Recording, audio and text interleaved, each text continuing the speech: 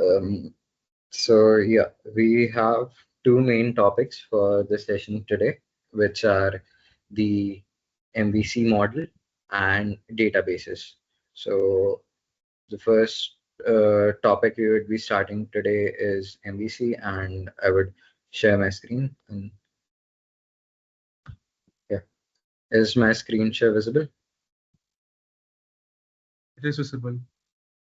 Yeah. So Uh, as you know, Express is a JavaScript-based framework for making servers, basically. Now, after making a basic index.js file, you can add different routes to it.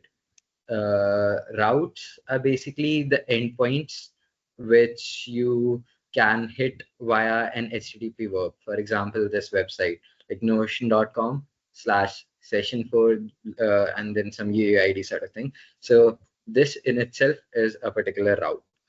Now, MVC is a design philosophy, a design pattern to structure your application, which has three components: model, view, controller. So model basically here refers to the form of data which you are dealing with and all the operations which can happen on that data. Uh, for example, if we are making a simplest to-do list app, so what you could add, you could have functions which add an item to your to-do list, or which maybe set a timer for that item, or maybe which you have a checkbox. So when you complete an item, it is removed from the list. So all those data related logic is handled under the model category. And the next thing is view. View is basically for rendering purposes. It could be your HTML or your some sort of dynamic data or anything. And the controller is the intermediate part between this, which takes in the human input, whatever the user input, and changes the model accordingly and outputs the view, or whatever particular change has occurred, it displays it in some form or other. So this is the basic MVC model. Why do you guys think we need such separations? Like, what could be the need of this MVC model? So that each operation can be driven out very smoothly. For example, like instead of clubbing all the three steps into a single step, then it raises complexity, and it also, yeah, it raises complexity, and errors can happen easily. Yeah, Sriraj said that is perfectly right. If you jumble it up all in a single file, it would inherently become very complex to program as well as debug. And yeah, continuing with that theme, this is for basically separation of concerns. For example, tomorrow I'm making a website, and tomorrow someone asks me to change the color of the UI. Now, that would not impact anything on the logical side or anything. So it would become easier to handle it in a separate space. So that's mainly what MVC helps us with. It makes it more maintainable, scalable, etc. And as I explained to you, routing refers to basically how an application responds to a particular endpoint, which is a URI and an HTTP method. So this is a basic introduction to what MVC is. Going on to a more hands-on approach, you guys could just go to the Express docs for the main minimal install of everything. And if you guys have Node.js installed, then you could, if I just delete everything I have for now, and it would be just I could start up a fresh Node.js project, which would just mean just having to delete everything. Yeah. So yeah, I could do just npm npm init, which would just be the basic init. I could just do MVC, versioning is fine, description, MVC, model, entry point, index.js, test command we can use, git repository we can use, author, excuse, yeah. So yeah, we should have a package.json, which is the basic for a project. And then we can do npm I express. npm I would just install that particular dependency, and Express here is our backend framework, which allows us to have all sort of routing and additional things. Now, the other thing important here is view. Now, what we did till now was giving us a separate HTML page, a .html website, and then using that to display our front end. But it's not, we need dynamic data, right? So we need something to render it dynamically, or maybe we need to handle it on the client side. Okay, I could give you an example, right? What we did earlier, if you guys remember, was make a fetch request to our backend. We did that in the last few sessions. If you look into the fetch API, it just gives you the particular information about the route and the necessary data. So you can get any form of information. You can basically request any form of data or make any form of update. Now, this is one particular approach. Another particular approach is templating. And basically what templating does is you do not give, basically you give the rendered HTML directly from backend to front end. Now, this means that you process the data in the backend, give it to your template engine. The template engine puts the data inside your template and then returns the overall HTML code to the front end. This is the basic principle. Now, there are various templating engines for Node.js like EJS, Jade, Pug, etc. Right now, I'm starting with a particular templating engine called Pug. I can provide you the link for that also, Pug Express. Yeah, this is the basic templating engine. You guys can have a look at the docs for this. This provides you sort of like a pseudo HTML structure. Like you guys can see this, right? If I go to a particular, is there any good particular example here? Express integration, reference. Maybe it can provide you a sort of command like, okay, Pug example files, Pug Express. Yeah. So mainly here, okay, yeah. So this is a good example in the Express.js docs itself. Here you have this sort of page.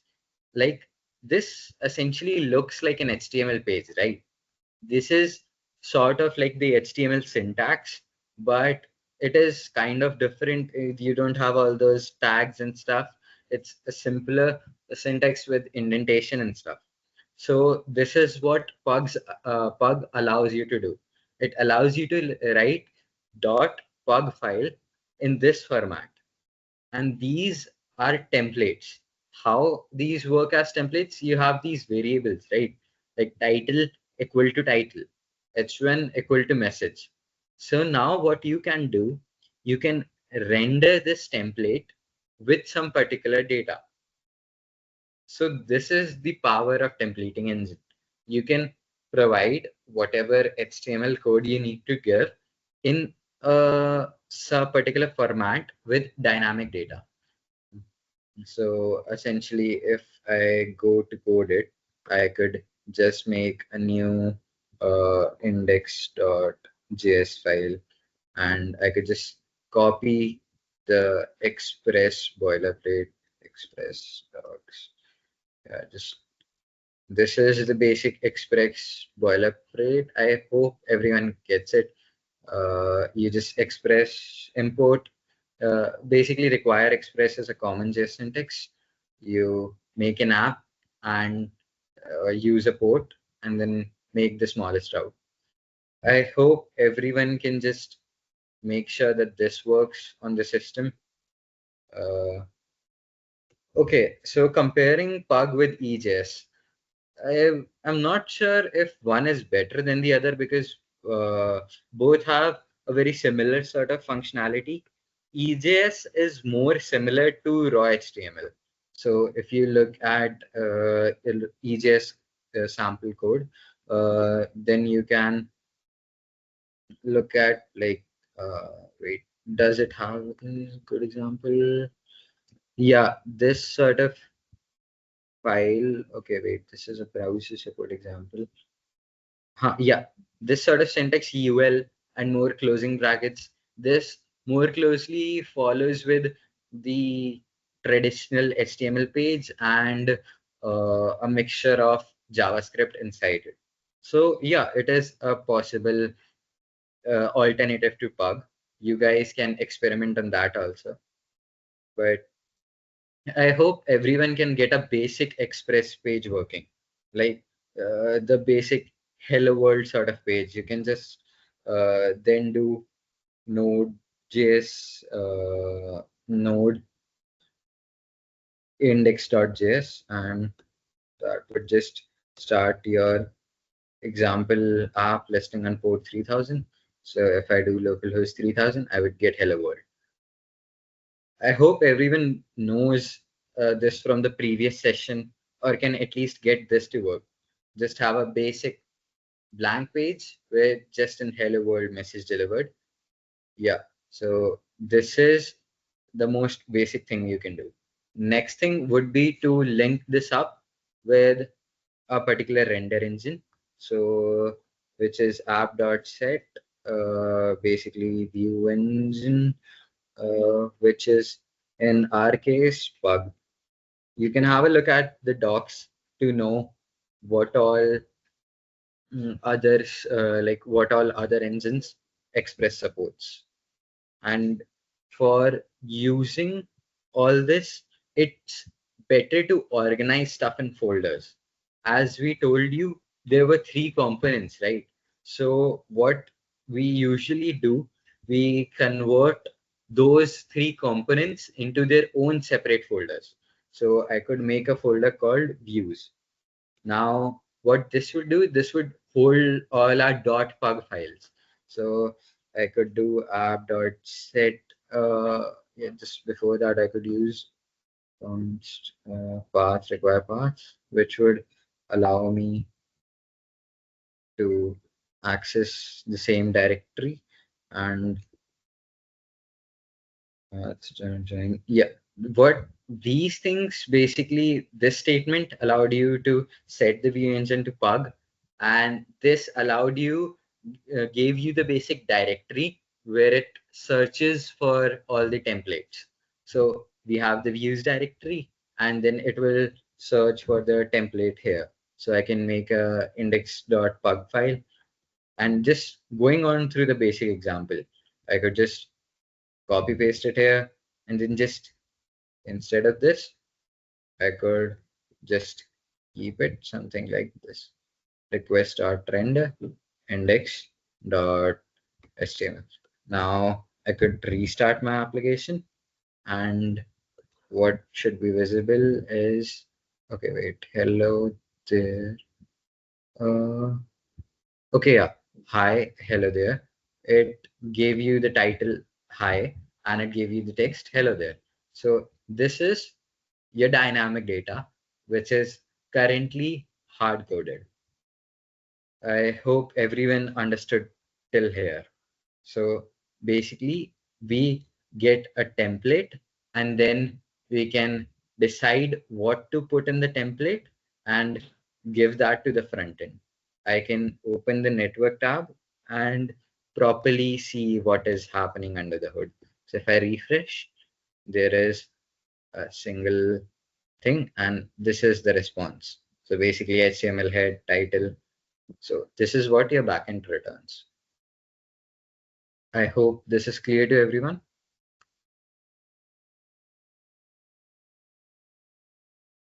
Or at least you guys are able to sort of follow it. You guys can have a link of the Notion page in case that might help. Copy link. Basically, you have to install Express, then link it up with Pug, which is your view engine or a templating engine or whatever. If you guys have any doubt conceptually or anything, you guys can feel free to ask it, whatever it is.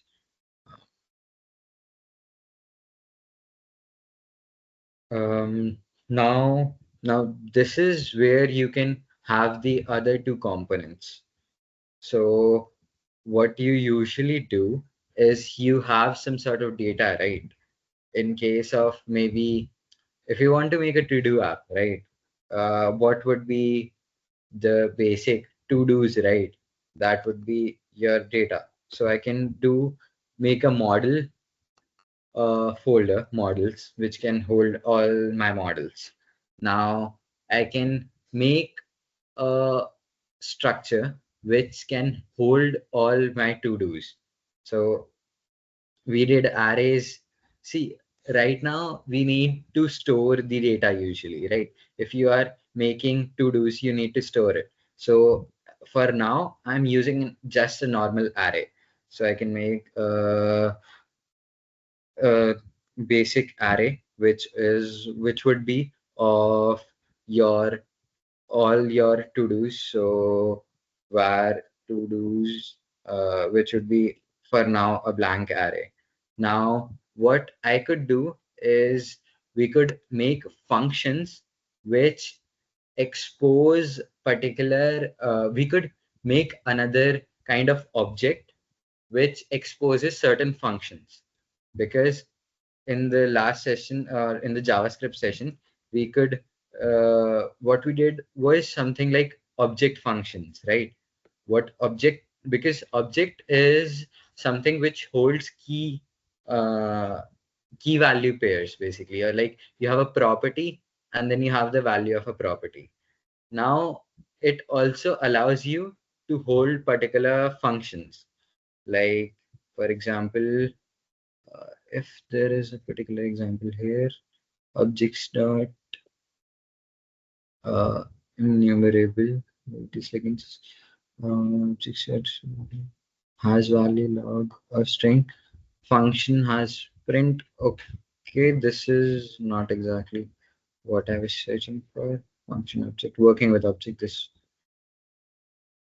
Yeah, so as it can have some sort of properties and a constructor function, and this dot name. Okay. Okay, yeah, this is exactly what I was talking about, sort of. Now, this is something which you can make. So here type is animal, display type will display this dot type. I hope you guys understand what this does exactly. This here animal is an object with particular function types. You guys can have a basic look at the models provided here. I can scroll down. Yeah, so this can be something. Can you guys explain what this function is doing? If any of you kind of understands it.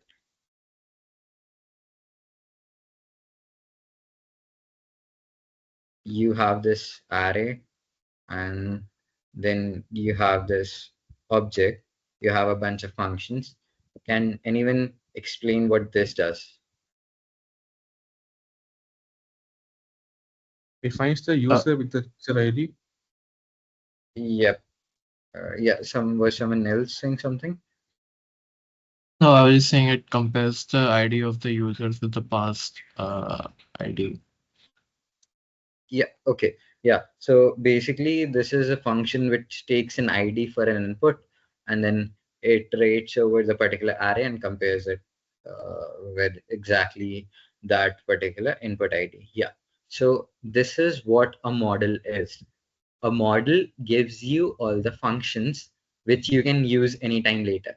So I can make a get all to do function, or get to do by ID, or create, and many such functions, which, so basically this will abstract away your logic from the entire code. So in any somewhere else, you can just write user model and then dot get all, and you will automatically get all the users, and you don't have to worry. And after we define these functions, we need to use them somewhere, right? So the controller allows you to use all these functions. So uh, right now, this is the syntax to export a particular function. So dot list users, what you receive a request, and the response provided is uh, dot JSON of all the users, user dot get all.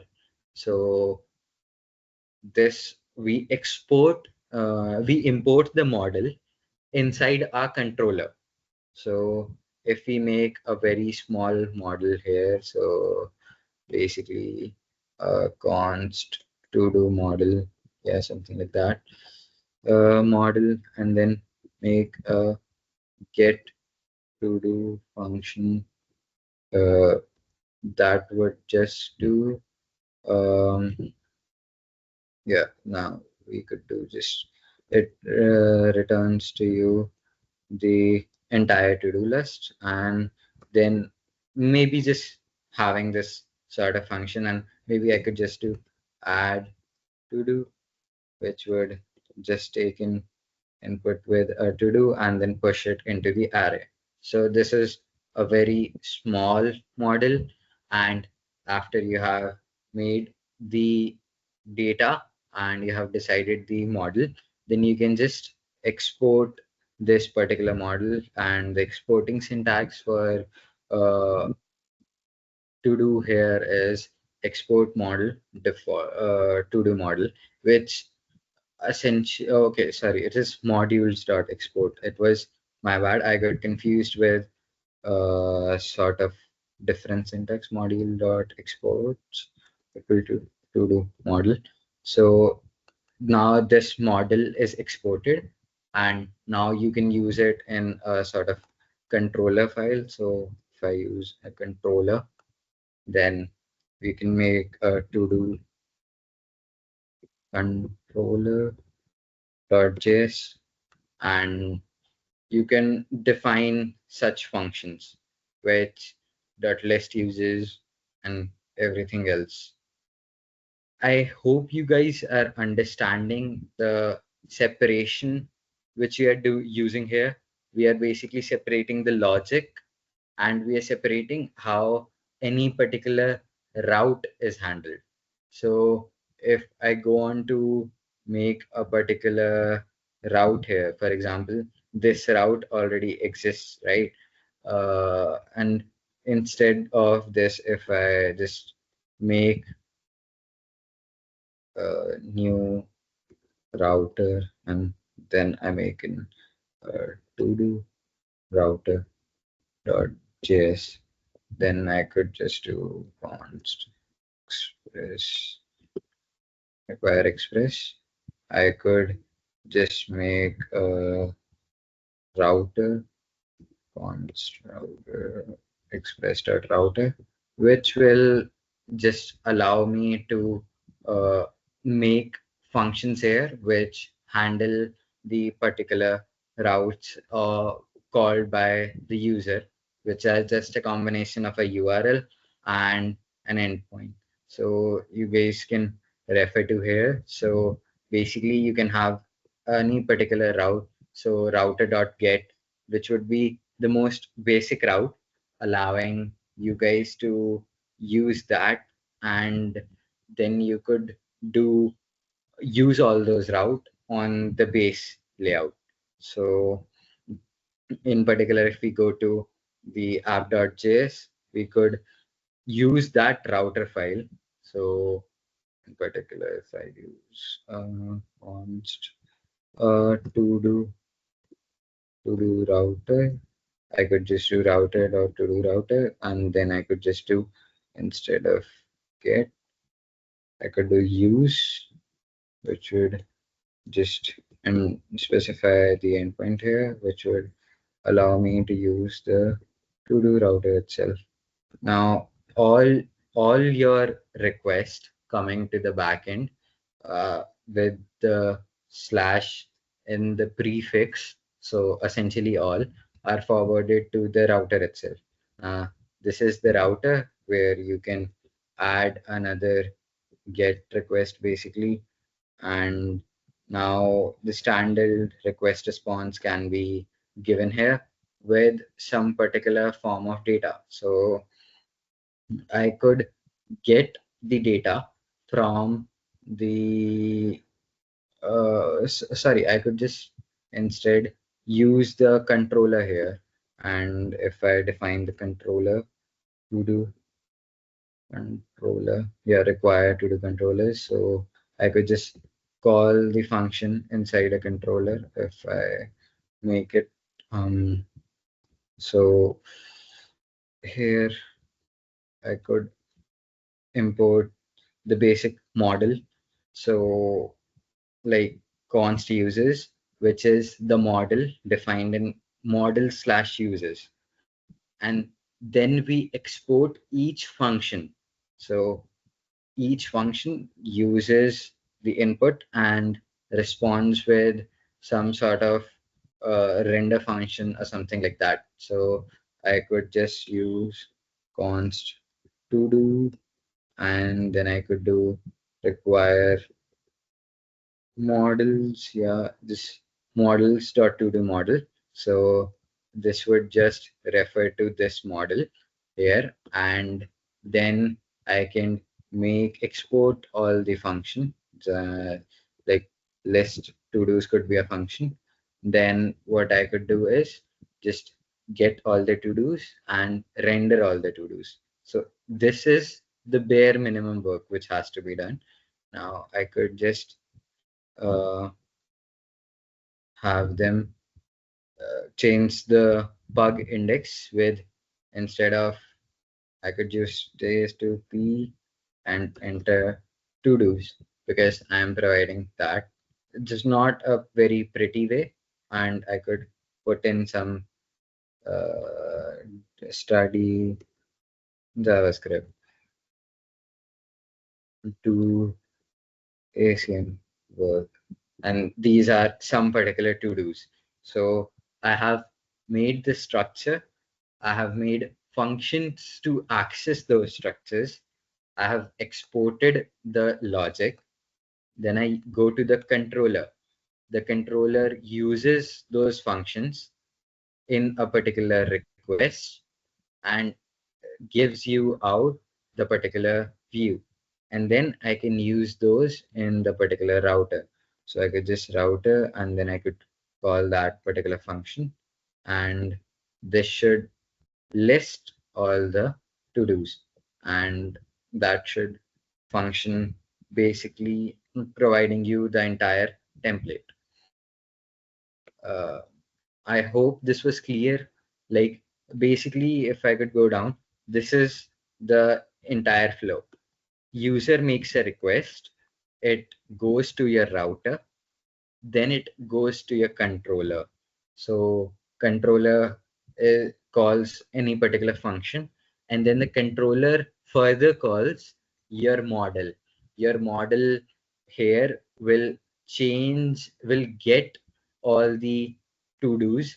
So it would basically call this function get to-dos, and then I will return the render of to-dos with I could, yeah, the name of this has to be changed then. To-dos, I could just change this to rename it to to-dos. Yeah. Now it renders the to-do.pug file, to-dos.pug file with the title this and to-dos as all this data. So this is the basic control flow. And if I should restart this, okay, wait, something is not found, cannot find to-do controller. So the error is here in index.js, to-do controller.js, to-do controller require controller dot to-do controller. Did I do any spelling mistake there? Controllers. Okay. The controllers, the S is extra. I could just let it be and just rename it to PS. Yeah. Now it should work, hopefully. Okay, wait, I am having some another error. Argument handler must be a function. So here I'm getting this particular error. Okay, never mind. But yeah, this here should be a particular problem with use anonymous index.js. Use preview router require router in. Okay, wait. I think okay, yeah. I did not export anything here if I remember correctly. Yeah. I think it should be somewhere you would need to export your router. So basically I forgot that. So your router has to be exported in particular. Now it's functioning. Now you should have a basic, yep, this is what we got. A very ugly looking website for now. The basic backend of Cryptic Hunt, which is a huge backend. I can just give you guys a glance over it. Even that follows such a structure. It does not use a basic templating engine and stuff because that is not something which you can apply on like main very pretty looking websites as such. But if I go to just the Cryptic Hunt backend, so you guys will be able to see the controllers are here, the models are here. So if I go with the models, you can see the amount of models which we have.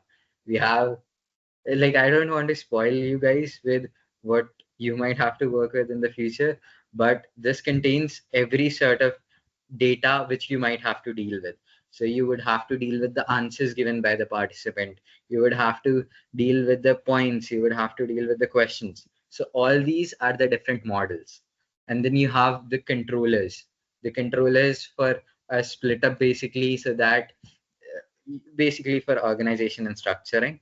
So you have all these for any particular task which you have to do. So if I go to the main.controller, I have this function gets okay, wait, this is not the most interesting controller.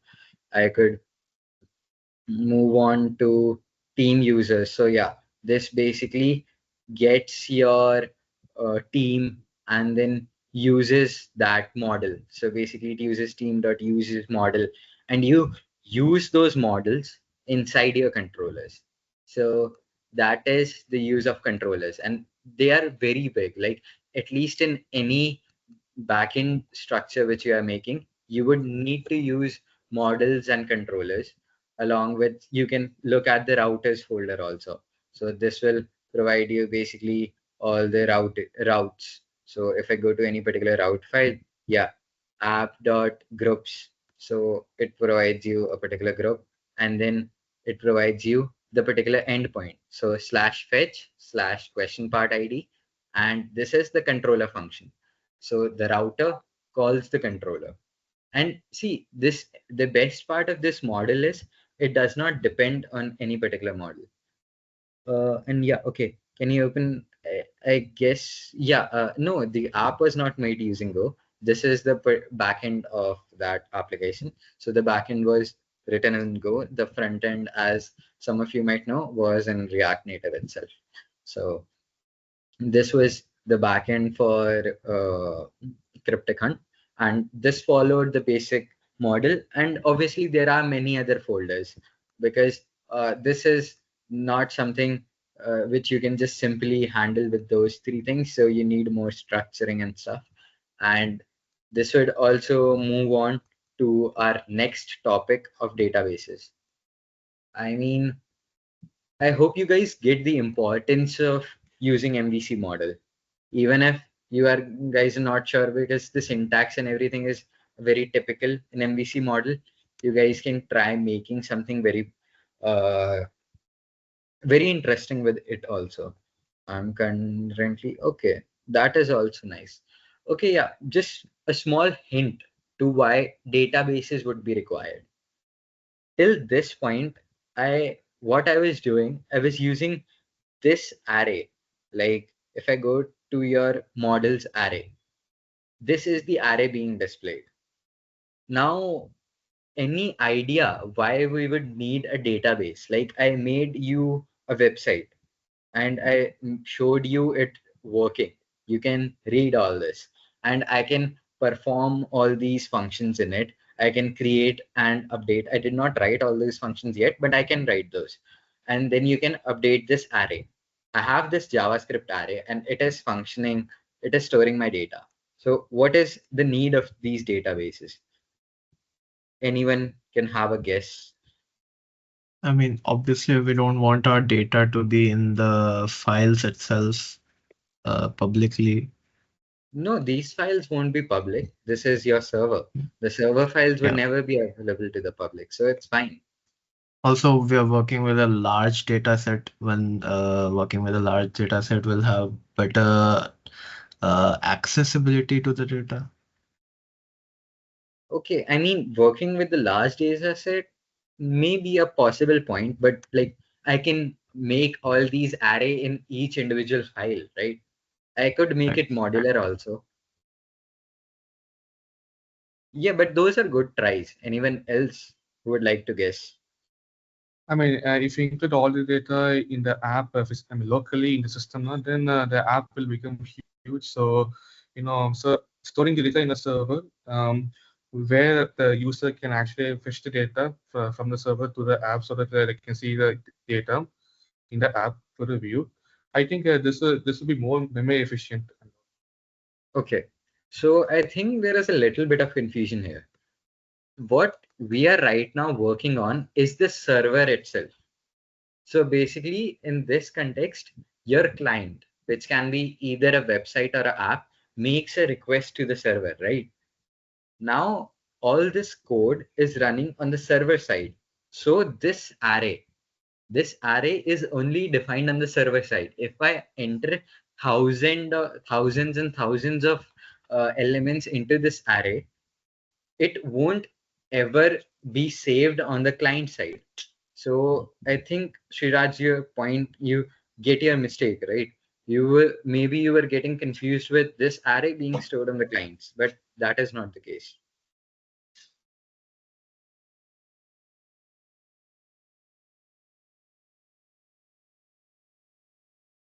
Anyone else who has, like, if you guys are following with the basic idea, uh, with the basic need and everything. Okay, so I think I could maybe explain it from here. Yeah. So essentially, why you would need like why you would why you would need a database in this case, but you could just store like the data in an array on JavaScript. And, like it is basically called in-memory cache. So suppose if the server restarts or something, or sometimes when the server does restart, you will lose that array which is stored in memory. Because like suppose you restart your laptop, it's essentially being stored in the RAM. But when you restart, the RAM gets cleared, obviously, right? So all the data that you're storing in that array, that will get wiped. This is basically called there being no persistence. And for an application, it's really important to have that persistent state. Think of it as, suppose you made a order on Amazon, but they don't have a database. They have an in-memory array where they're storing this. So you're gonna make an order, and it will, instead of storing it in a database, it will store it in the in-memory stuff. But this will not work because sometimes their server might restart, or suppose there's just a random power loss or something. Even if the server keeps running the entire time, there will be no persistence. Like, it restarts and then your data won't be there. You won't be able to go to your account later on. So you can imagine why you might need a database here. So yeah. And with this, we'll start the portion of the session that is related to databases.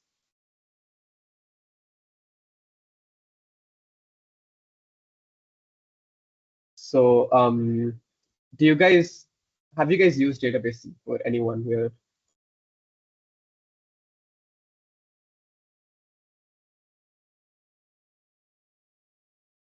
Okay. Sriraj, have you used databases before?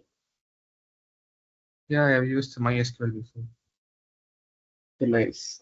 Anyone else? Like, if you guys did CPSC class 12 for computer science, pretty sure we had SQL there, where you would probably use SQLite or something. Okay, so it's fine if you guys haven't used databases before. This is where you'll get to know why they're important, why you need them, and everything. It's chill. So essentially, as you just heard, you will need a place to store like the order details that you're ordering on Amazon or whatever. You will need a place to store that. Or think of just as this page itself. Like, every time you go to this page, you reload it, you will always have the same text data, right? This is being stored in a database essentially. And probably there are structures like, this is a Notion document. So the structure would be like a document and then the content of the document. But there can be multiple types of databases. But that is like totally another different conversation. But for now, we'll still go on about why you would need databases. So even you could think of a database like literally what is written here, an Excel spreadsheet. So you would have rows and columns, and a column would be like name, then whatever, like your ID, registration number, whatever. And you would need to store that, and a database is the best place to do that. And there are two types of databases. There is SQL and there's NoSQL. So the main difference between both of them would be like a SQL database is like it's relational, sort of. It would be used where you would have a schema. You would have tables and columns, literally like an Excel spreadsheet, basically. And do you guys, like, if anyone knows about SQL databases already?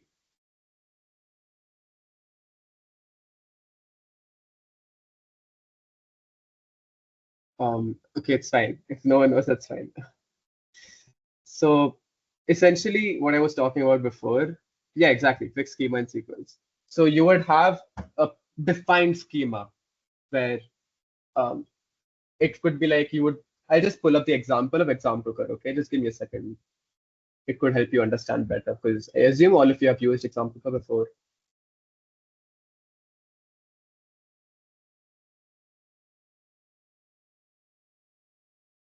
I'm sorry, I didn't hear that.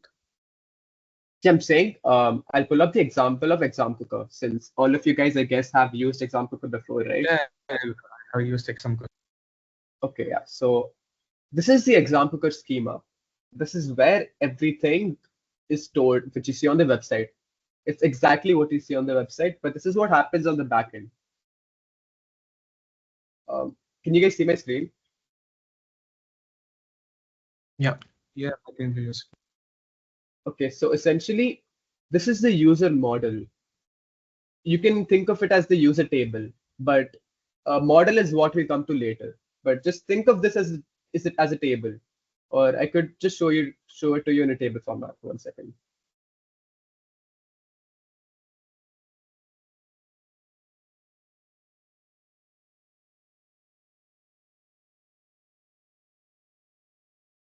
Okay, yeah. So these are tables, and I should not be showing you this. This is really confidential. This is like the production database of Examcooker, which is there on the website. You can see all the counts of everything as well. You can see a total user count. Again, confidential information, but yeah. Uh, it's gonna fetch. This is basically a table. A user table is a table where you would have multiple relations attached to a user. Like you would have columns. Think of it as Sriraj, okay? So you would have so much details assorted to your name. You would have like your registration number, your email. You would then have your phone number. You would then have a profile picture, URL or whatever, an image of your profile picture. So all that will be related to your user thing. Everyone gets like their own row, and that row you have columns where you will have your data. So your email, your registration number, your phone number, everything. So essentially the user table, it has the ID. So everyone gets their own ID. It's like sort of think of it as,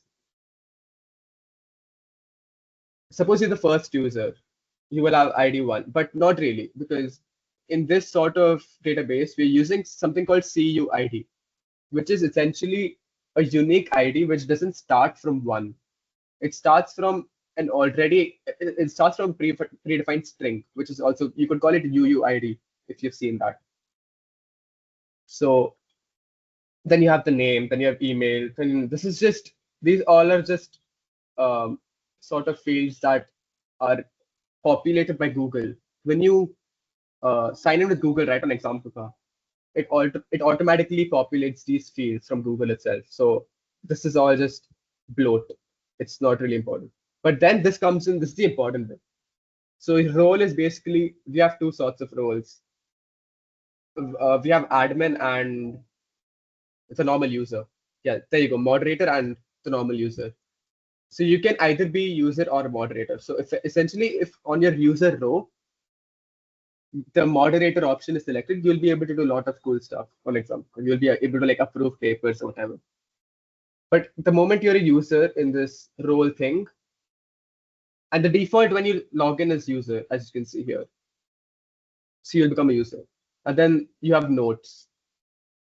And this is basically notes that you uploaded yourself.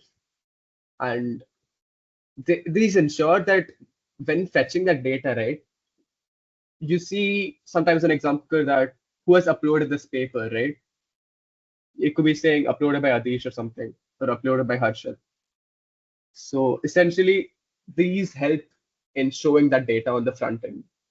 So on notes, you would be able to see something like uploaded by me, uploaded by someone. Just then comments, also same thing. You would be able to see the comments that this user has made. Then the view history, the papers they have viewed. Then this created at and updated at is when you've created your account. Forum posts, again, same thing, that the forum posts that you have made, it's easy to associate them with you so that we know exactly which forum post you've made. Same with past papers. And these also, again, this is the easiest way to see a schema. This is what Prisma does for you. We'll come to that later. But it's really easy to associate. As you can see, this is what SQL does. It makes it very easy to associate users, columns, and relationships with each other. So think of it like in Amazon, again, let's go back to the Amazon example. A user can have multiple orders, multiple things associated with them. So SQL database would help that you can easily fetch it. You can connect these relationships together. So you can easily get the orders a user has made. it's just makes it very easy to build like that. We can come back to what NoSQL is now, which is the alternate to SQL, as the name suggests, literally.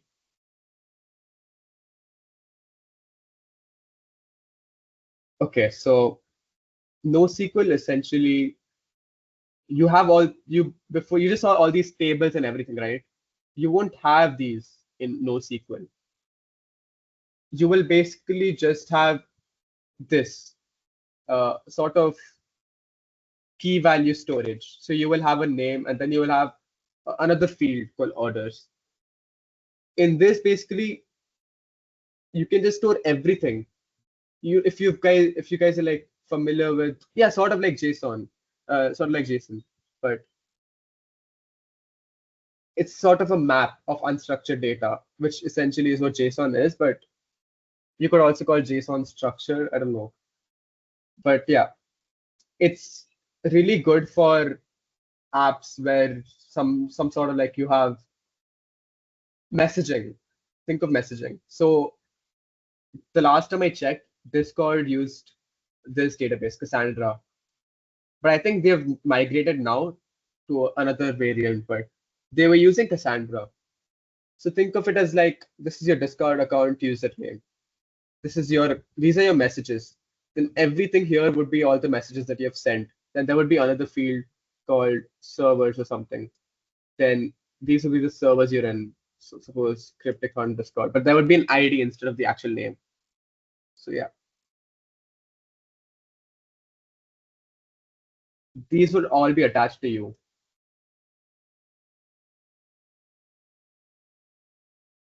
That's what NoSQL is. It's very flexible.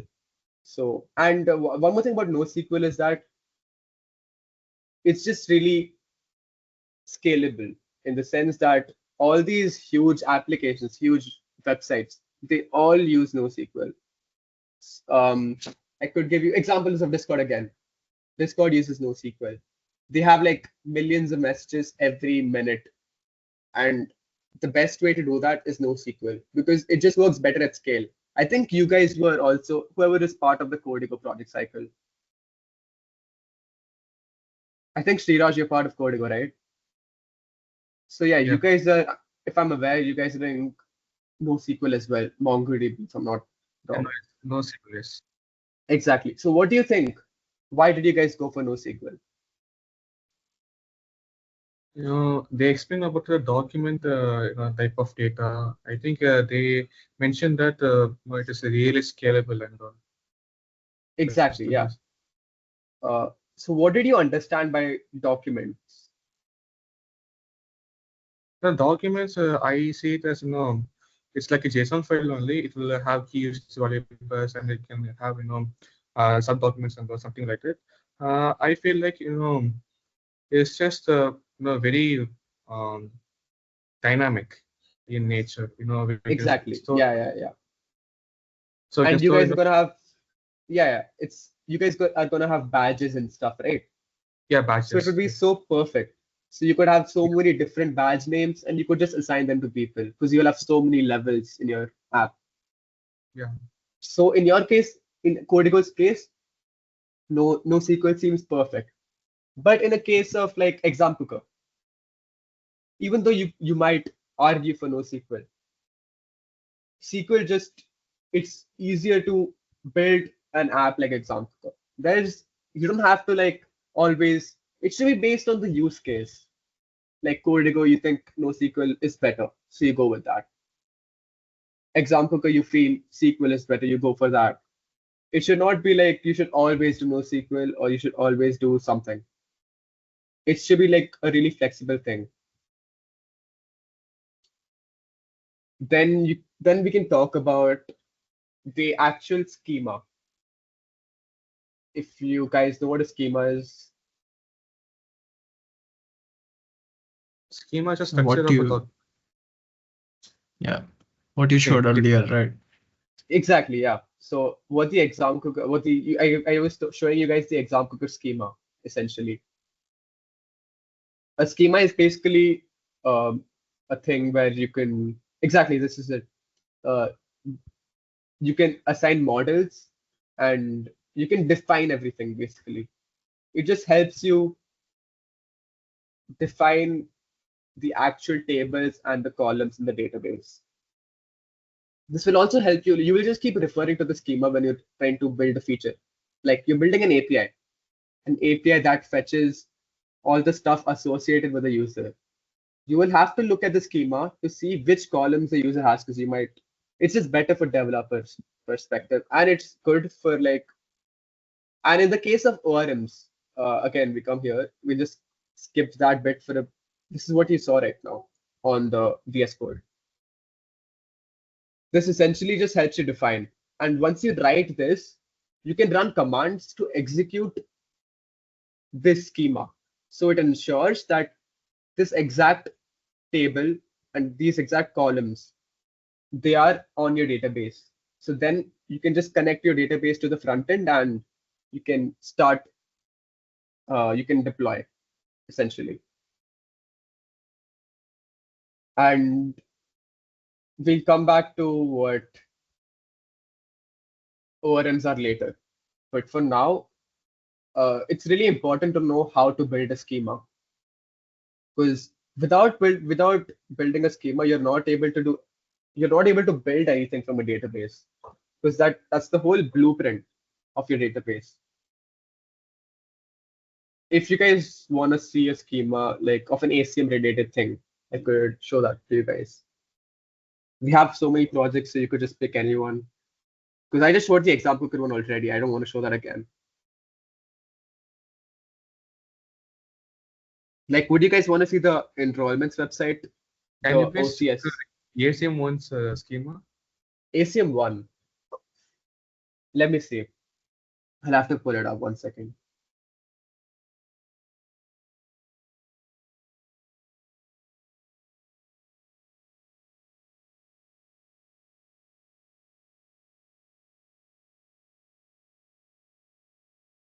Is it on the backend, Adish?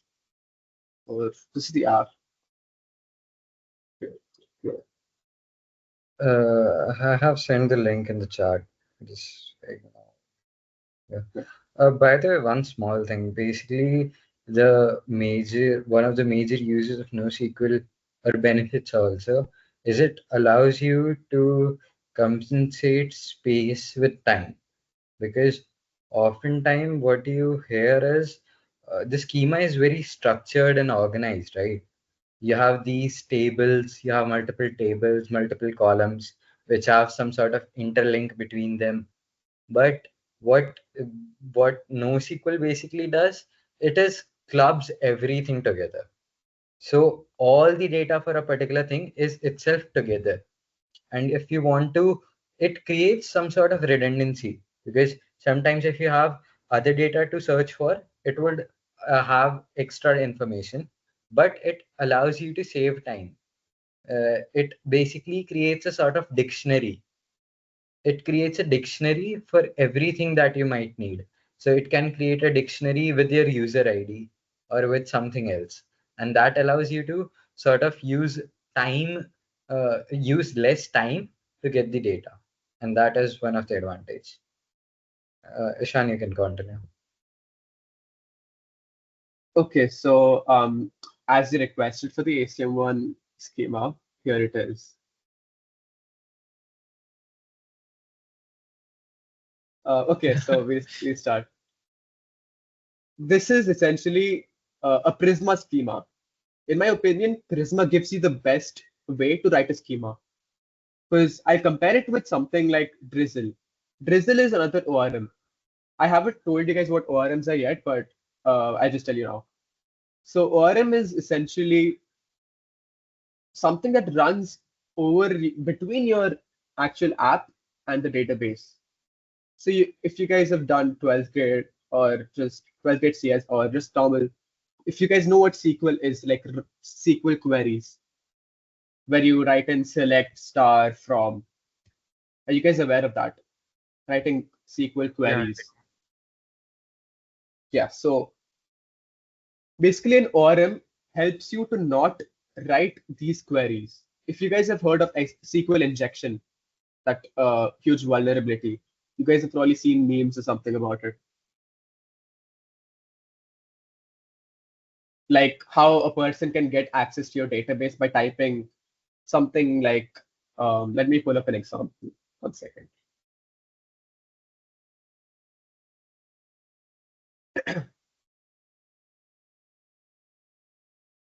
This one I've sent the XKCD comic in the chat.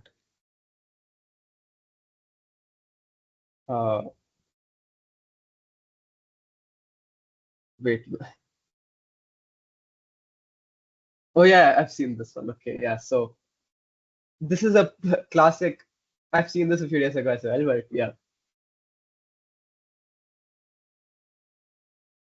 Essentially, this is what SQL this name your son Robert, drop table students. So essentially what it does here is there was a field or something. There was a field which asked people on the app to enter your name. And suppose someone wants to do SQL injection. They essentially type the name, then they type a SQL query. This drops table students is essentially the SQL query, where they wrote they want to drop the students table, which would mean the entire table gets deleted. And the thing is why this wasn't prevented is because they were not, as you can see, they were not sanitizing the database inputs. Like on the backend, when you receive input, you're supposed to sanitize it. There are libraries for sanitization, like something like 1 second, like DOM Purify. This is what you use on Node.js, like on JavaScript. So what it does is, it essentially, when you saw that query, right, it prevents those escaped characters, like this, the tilde over here, this thing after Robert, that's an escaped character. That is what they're using to do the SQL injection. But if you had something like DOM Purify, it would ensure that that input doesn't get sent to your database, to your backend. And then it would be safe and there would be no SQL injection and they wouldn't lose the student records. So it's really important to have the sanitization. And what an ORM does for you, we go back to ORMs again. It avoids writing raw SQL. So it would essentially mean you won't have to deal with SQL injection problems. You won't have to do shit like DOM Purify. You won't have to add it. Because an ORM has inbuilt, it doesn't use raw SQL. So you can type commands like, again, I'll pull up the Examcooker thing. So you can see how you can write these Prisma queries. So you won't have to use raw SQL.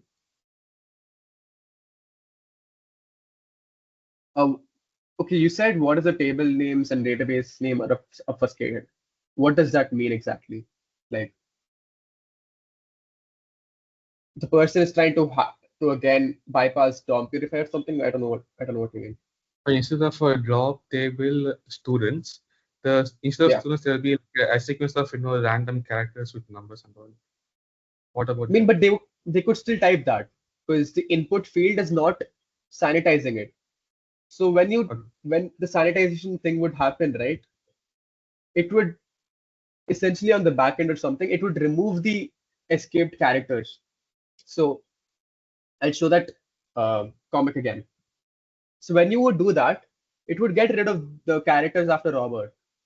And it would essentially name the son Robert drop table students or something. And it would just be like a normal name to the app, even though it would look weird to us. Because like no one can be named that, right? So that's what sanitization here would do.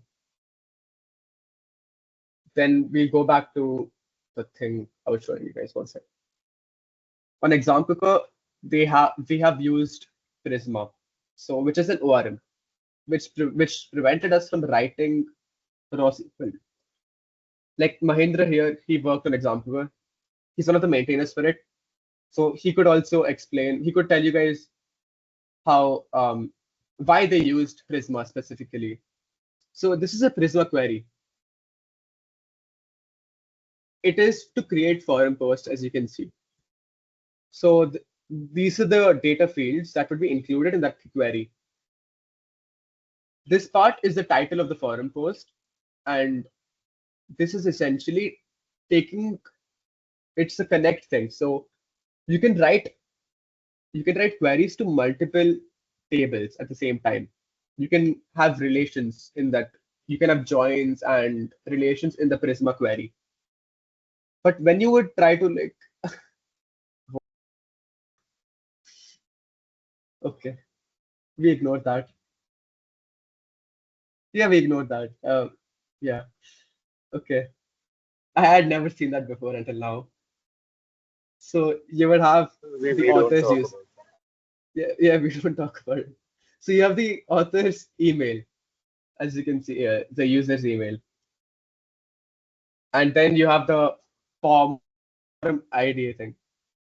This is pretty self-explanatory. So essentially, you are not writing raw SQL here. You're not writing insert into the forum post table. You're not writing all that. Prisma, as you can see, just made it so easier. All you have to do is dot create, then just type in the fields that you want to input. So input data.title is taken from here, create forum post input, which is a component where you would wait, what? Yeah. So you would input the title or whatever from here somewhere. I don't know.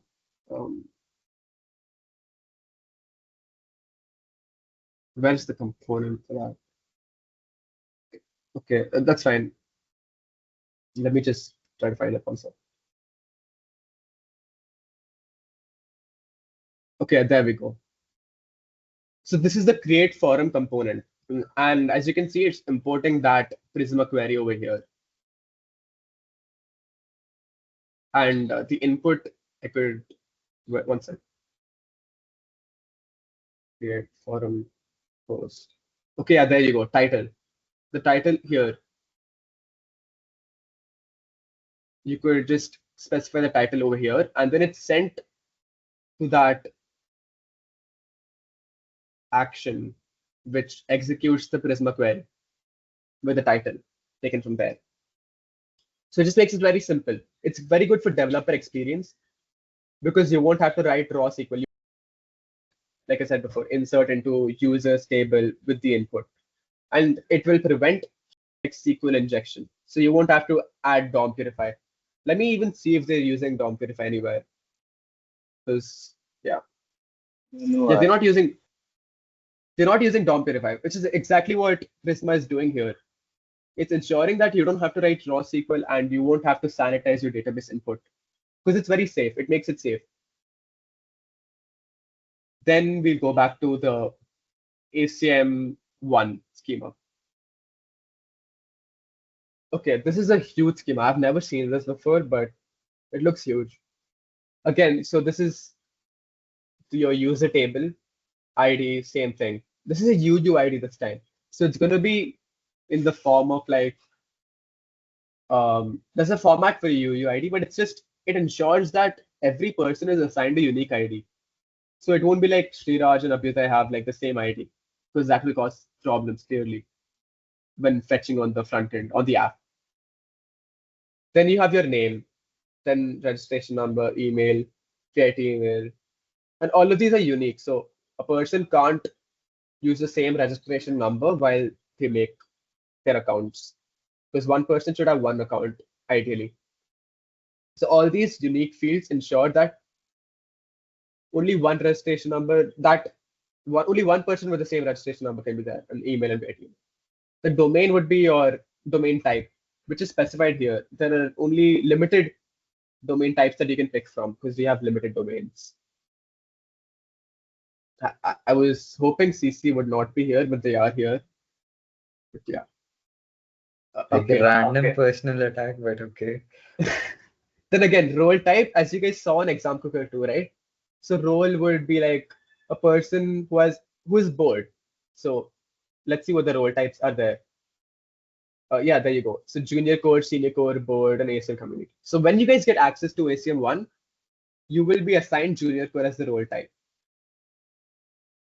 And ACM community will be the people who are not in ACM, but they're part of the community.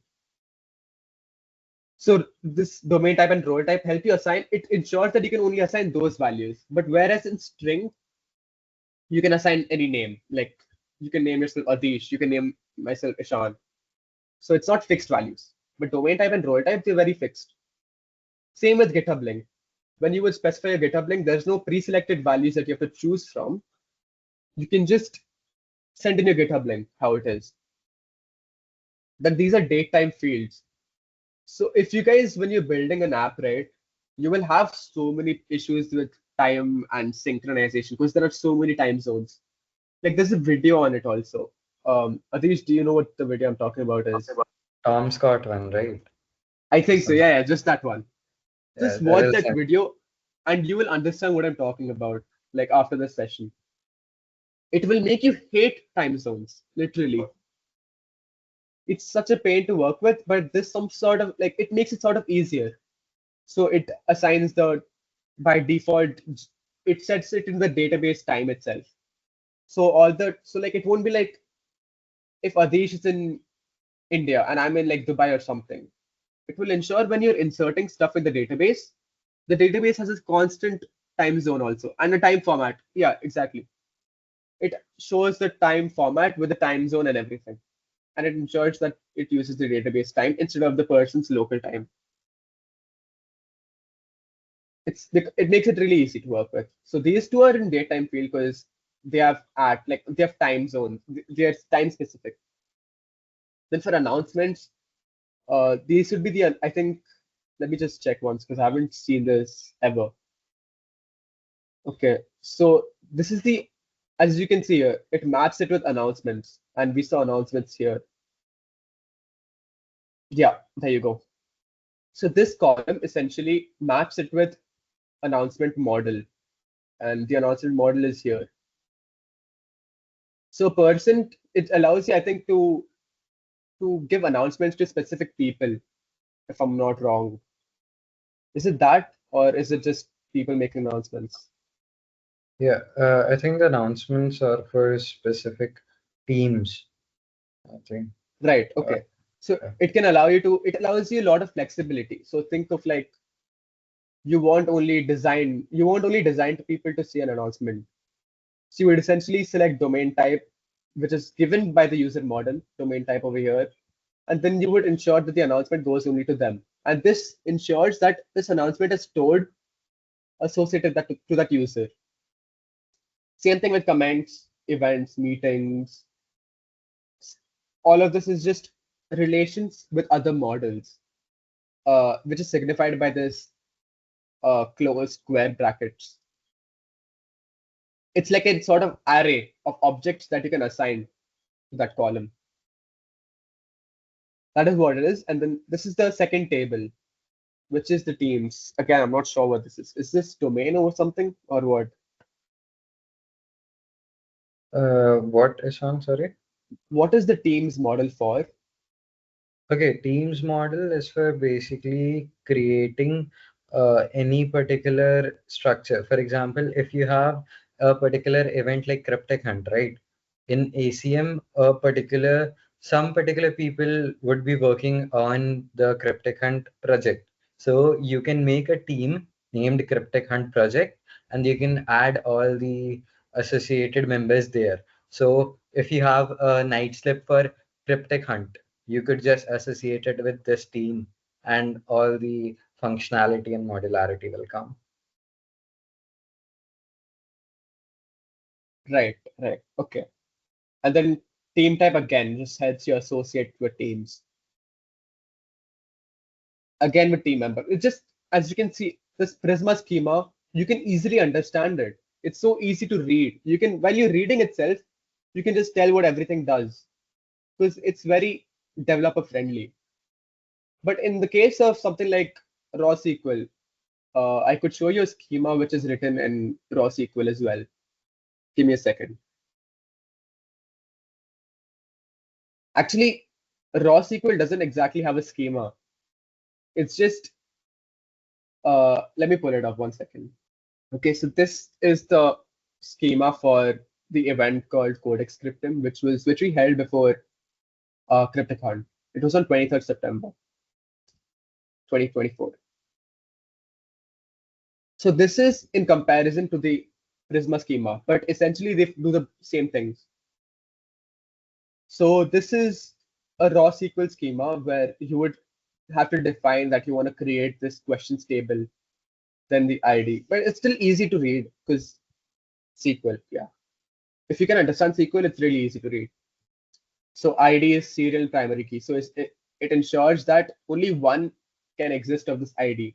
Again, because we want unique questions. We don't want a question to have the same ID, as that will cause problems when you're doing it on the front end. Like imagine you're trying to fetch questions and then duplicates show up.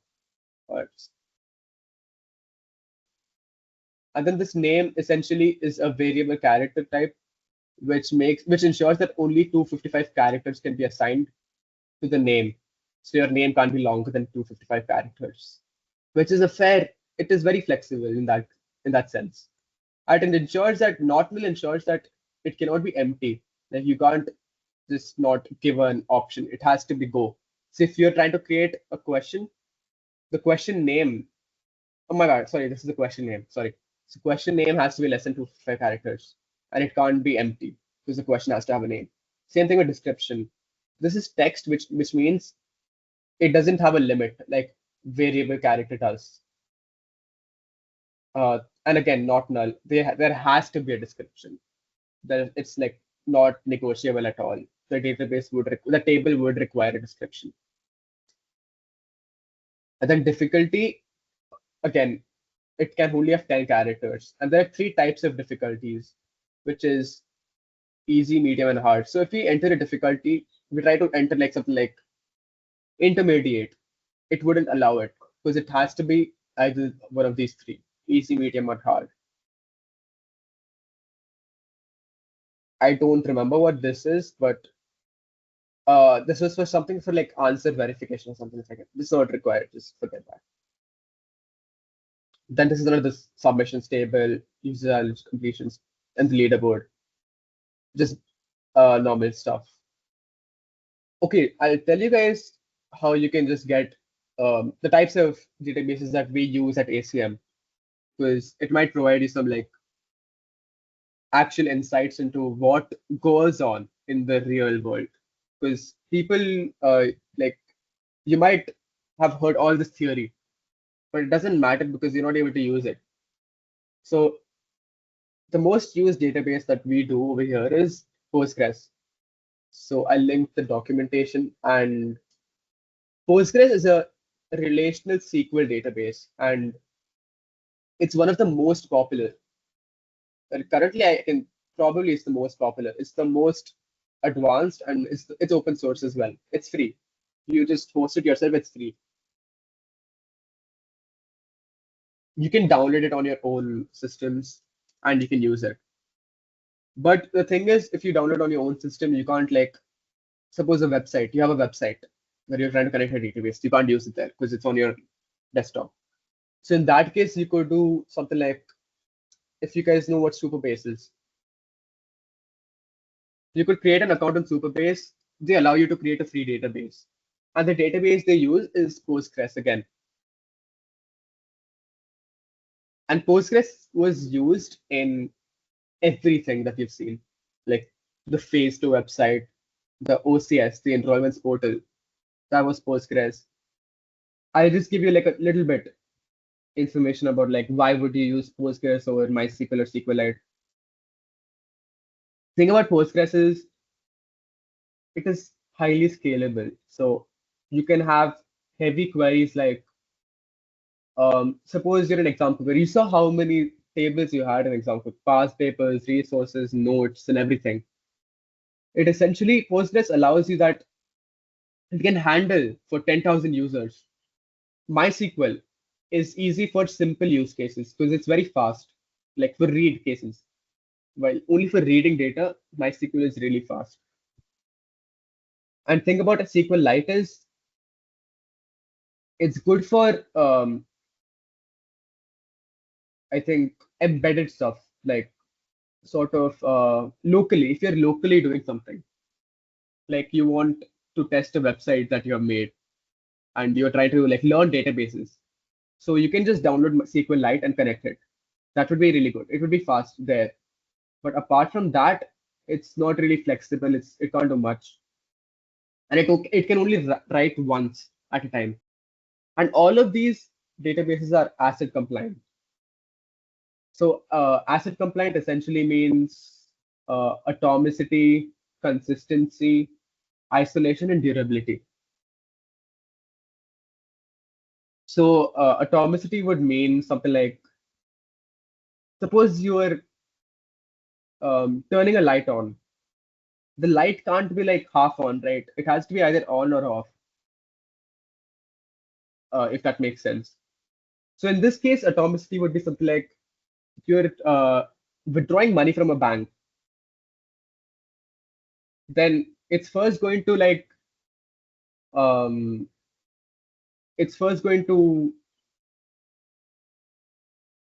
ensure that you first withdraw the money from your bank account, and it deducts the money, and then it ensures that it prints a receipt or something, right?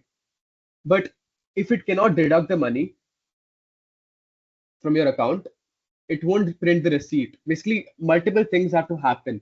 And that is also what you can call a database transaction. Transactions are like multiple operations, essentially. So you must ensure that everything happens in the transaction. Otherwise, like it will just roll back. I'll come to the C part of ACID. The C part is consistency. So think of it as like your bank account. If it has money below zero, that would make it like you could have a rule. So you know how bank accounts have like maintenance thresholds, right? So you must have like 10,000 rupees or above. So if it has below 10,000 rupees, that would make it inconsistent. Like it would make it invalid, and they would inform the bank to like send you a message to like keep your threshold above 10,000. Otherwise, you get a fine. So that is what consistency essentially is. They have rules, and your data has to be consistent with that rule. So even you could say it in terms of Examcooker, I think. Think of it as like, if you haven't, for some reason, your email isn't given,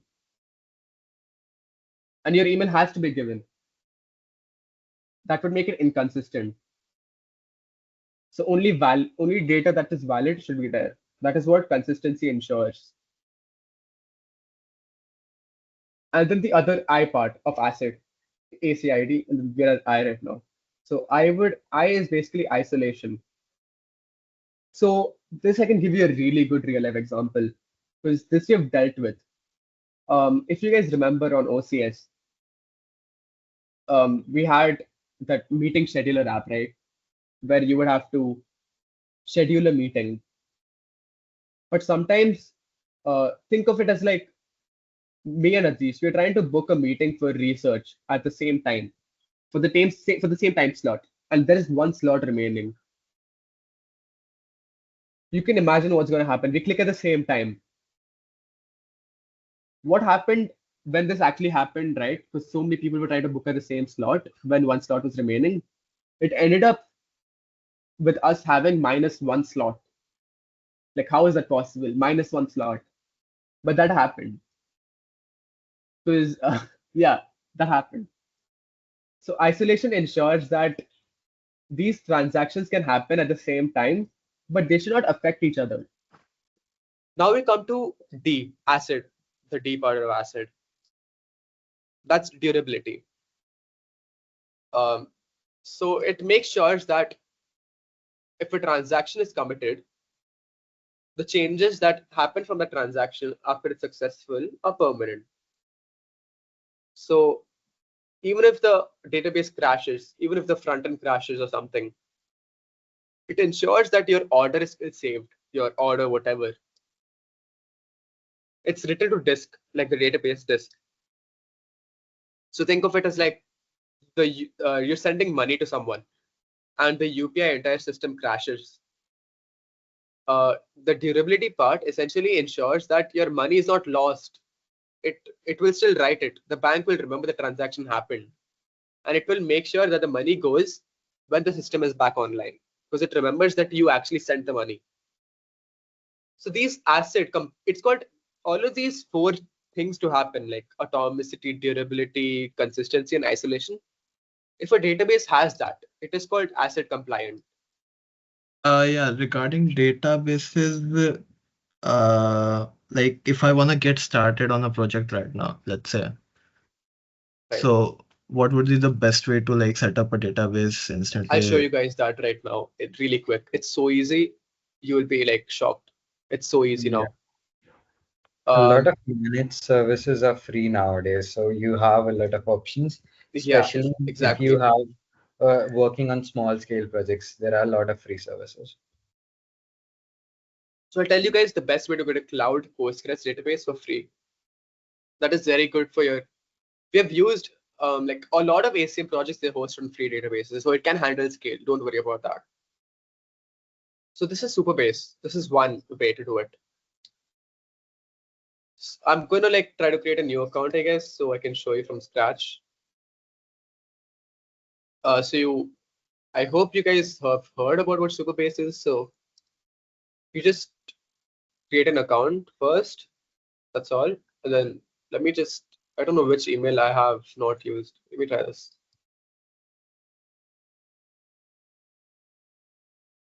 Okay, I have one on this. Cool. Okay, so I don't know what this database is for. What is this for? Oh, right. Okay.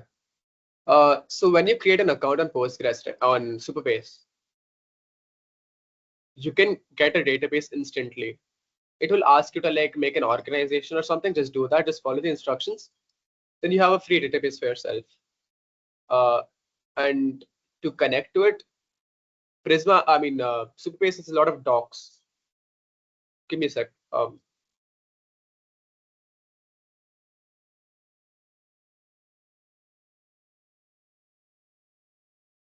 What the?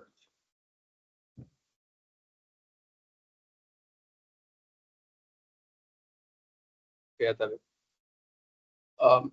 so this is one way to get a database online, and it's really good. Superbase has a lot of features also. Like, these docs are really good. Like, they explain how you can actually see the table over here itself. Like, one sec. You can see all your tables, and you can actually like make changes here itself. And Superbase has that, so you won't have to like use a SQL client like Beekeeper or something. And to connect to the database, you have multiple ways. This is a connection string. If you guys just look at the docs, wait a minute. Yeah, as we were talking about Prisma, right? This shows you how to connect your database with Prisma. It's really good. This entire docs page, it's really good. It has everything that you need about databases. Like whatever I discussed over here itself, same thing. And then there's another way. If you guys don't want to use Superbase, find it really complicated, you have Vercel.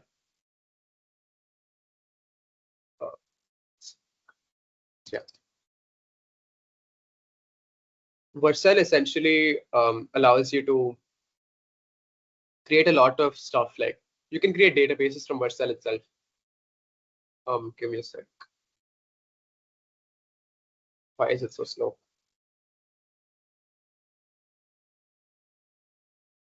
This is so cool. What?